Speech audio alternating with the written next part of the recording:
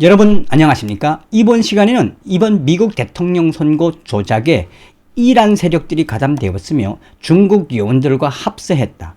또한 이번에 선거 조작에 가담된 이 이란 세력들은 오바마를 33번이나 만났던, 또 민주당을 제 집처럼 들락들락했던 그 친이란계 정보 요원들이다라는 소식을 소상하게 밝히고 있습니다. 이 소식은 온 아메리카 뉴스가 소상하게 전했습니다. 시드니 파월 이란 중국 요원이 도미니언 보팅 시스템을 표적으로 삼았다고 소송을 제기했다라는 제목의 기사에서 이란의 테헤란 간부와 조직은 버락 오바마 대통령을 33번이나 만났으며 로비를 했던 조항이 속속이 드러나고 있다라고 전하고 있습니다. 정성산TV 좋아요, 구독, 알림은 큰 힘이 되겠습니다.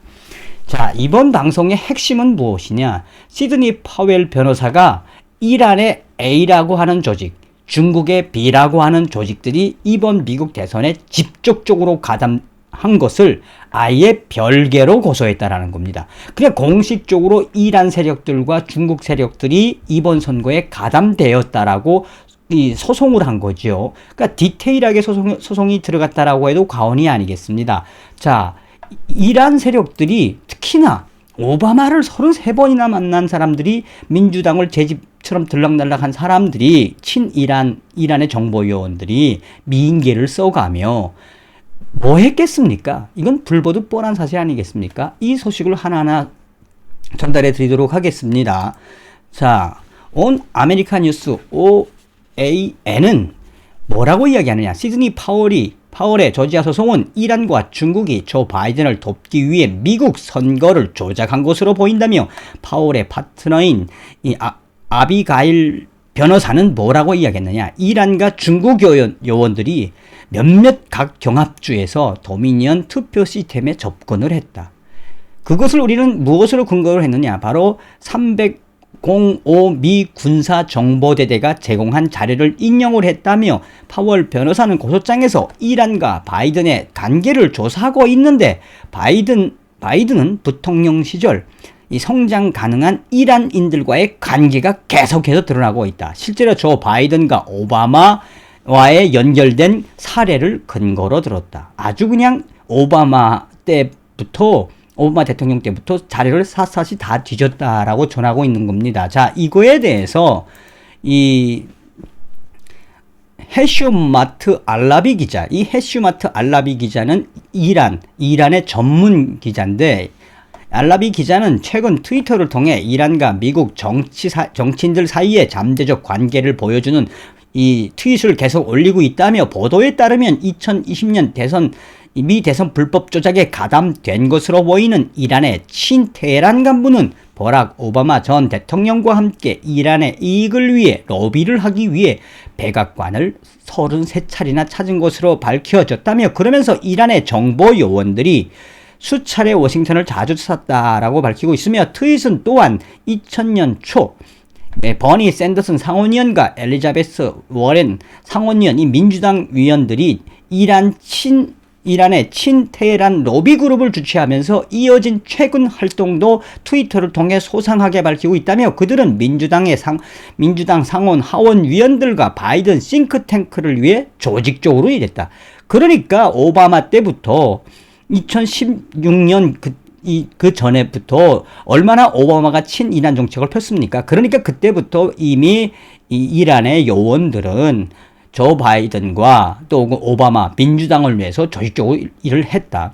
또한 파월은 중국 요원들의 선거 개입 조작과 관련돼서도 소장에 상세히 적시를 했다며, 그는 중국과 이란의 요원들이 조직적으로 선거 조작 개입에 대한 증거도 따로 제시한 걸로 알려졌다. 아주 그러니까 공개는 하지 못했습니다만 어떤 이란인들과 어떤 중국 요원들이 관계되어 있는지를 소상하게 시드니 파월 변호사는 적시를 했다라고 전하고 있습니다. 계속해서 이란 파월의 주장, 이란과 중국 요원들이 이번 미 대선에 관여됐다는 이 주장은 존 래프클래프 미국의 국가정보국장도 이미 말한 적이 있다.